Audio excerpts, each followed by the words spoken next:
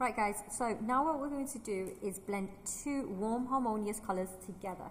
And how we're going to do that, I'm going to use my orange, and if I look at my colour wheel, I can see that on my colour wheel, harmonious to orange is either red or yellow. And that's looking at the two either primary or secondary colours that's close by to it. But in my case, because it's orange, it's two primary colours, which is red and yellow. So I'm going to go ahead and use that red, and I'm going to merge those colours together, and it's going to blend, almost creating a bit of a tertiary colour in between this little section in the middle. So how are we going to do that? I'm going to start off with my orange. I'm going to get a generous amount and do the same thing I did for my blending from the top of that section there. Let's start off, get a generous amount in, making sure that I've got I'm holding my my paintbrush really close together, almost like a pen or a pencil, to really help me with accuracy, especially when you're trying to do an outline. It really does help. Rather than holding it so far away, you don't really get much balance, and make sure that your hand is stable on the paper as well. I'm going to wash my paintbrush now, and I'm going to tap off that extra water. I don't want too much water on my paintbrush, and then I'm just going to go back into that last bit of paint I put on the paper, and I'm going to smudge it in and wash my paintbrush again. It's optional, and I'm just going to blend it out like so. So I'm creating that intense light pale shade gradient all over again, and I'm just going to do that halfway. I'm going to do it to this point, stop, wash my paintbrush, tap all that extra water. I don't want too much water being puddled on my paper, so I'm just going to stop it there, and I'm quite happy with that. I'm going to stop. I'm going to stop it there, and what I'm going to do, because it's easier for me in my hand, I'm going to turn this paper around,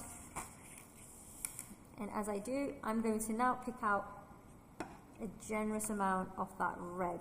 Now because that red is dry and that palette hasn't been used, just make sure if you're in the same situation as me, just make sure you get enough of that paint out. Just spend enough time, really pick up that colour, really pick up that pigment, and that's what I'm doing now as well. Now, as soon as I'm done, all I'm going to do now is twist and do the same thing I did with my orange. I'm going to create a really neat outline.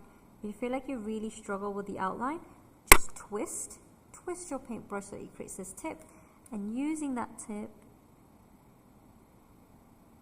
I'm just going to create that outline. If again you still can't get a good outline created similar to what mine is, mine keeps going outside the box, that's fine. That's also because I'm not turning my paper. Turn your paper, turn your page. Don't be restricted to how you have to paint only in one angle. It's very difficult to do that. I don't suggest you do. And then till that midpoint, then stop. Wash your paintbrush. And we're going to go back in and just blend it out a little bit. Just like that. Take it down, take it out. And then we're going to stop there. And you see how the colours are kind of blotching on top of each other. I don't want that to happen. I'm just going to go in and blend it into that orange now. I'm going to stop there. I'm going to go back in with my red. Really block it in.